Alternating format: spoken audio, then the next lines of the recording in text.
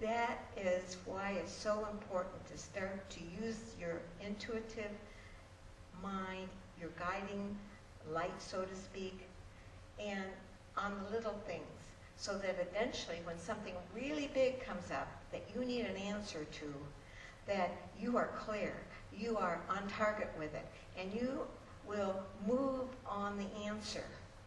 I have had many, many people tell me that they got the answer and then didn't believe it, so they didn't take action, and then later on found out that the thing that they were supposed to do, somebody else got the job, or somebody else got the whatever it was.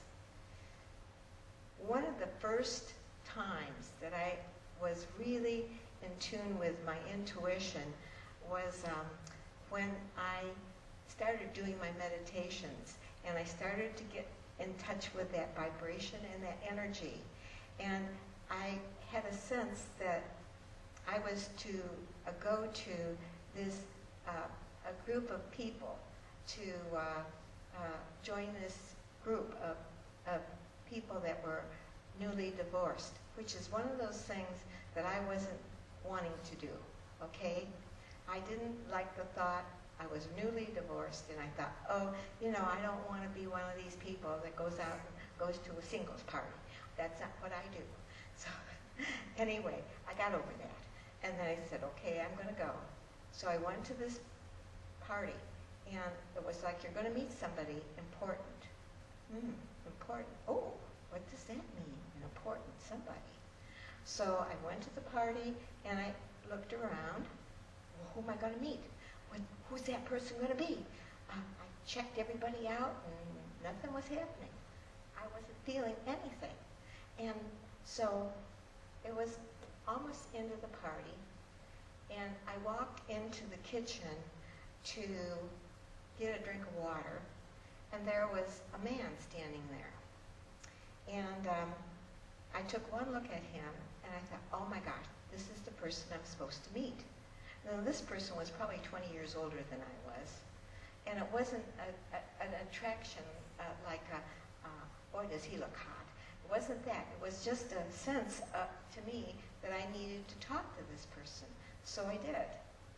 And what happened from that little visitation was he was a gentleman that was president of Budget Rent-A-Car, and had all kinds of franchise all over the country for Budget Rent-A-Car. And I got talking to him. I ended up getting a job working for his company in Albuquerque, New Mexico when I lived there, which was a wonderful job. But I just thought, oh my gosh. And that person, that gentleman is still a friend of mine after all these years. We still keep in touch, and we still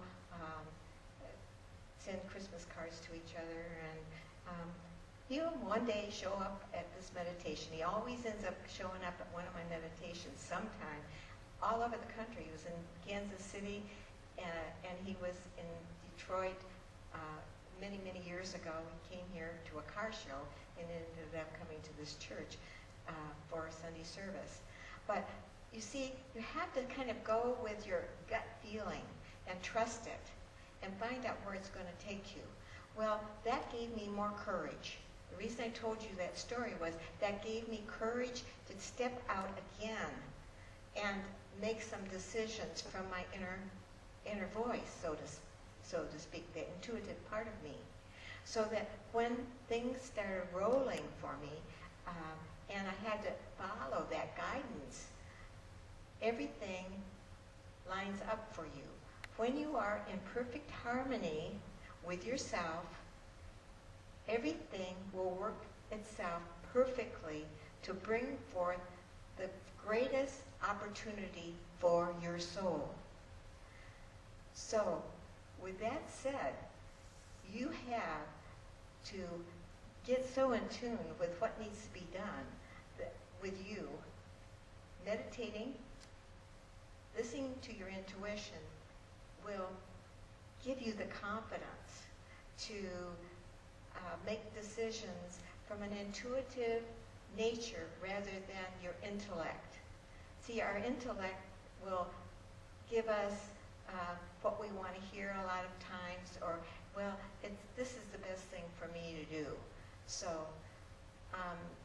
another time that I had to listen to my inner voice, and something that was rather scary for me was I had moved to Kansas City, and I was looking for a job. I had very little money, and I wanted to go to Unity at the village to take CEP. So I'm looking for a job, and I went to I was guided to get the paper, and I called 3 different places, and I got 3 different interviews, and I went in, and the first person wanted to hire me, the second one wanted to hire me, the third one was very interested in me, but said he was going to be gone for a week and a half, and that he would be making his final decision when he got back.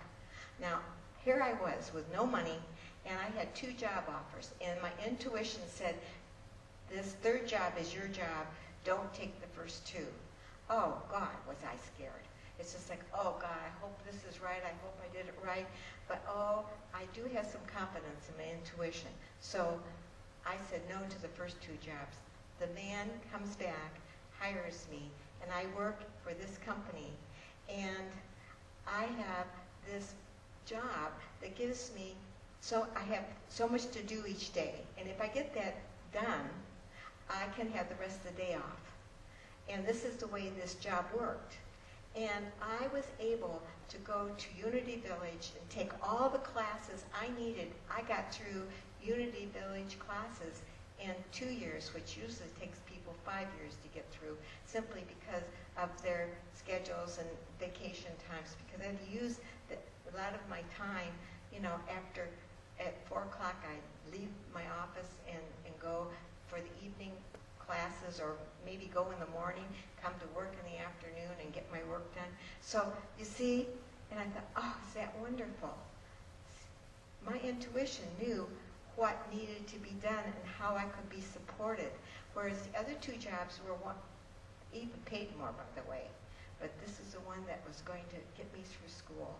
And that, to me, was a wonderful thing that happened.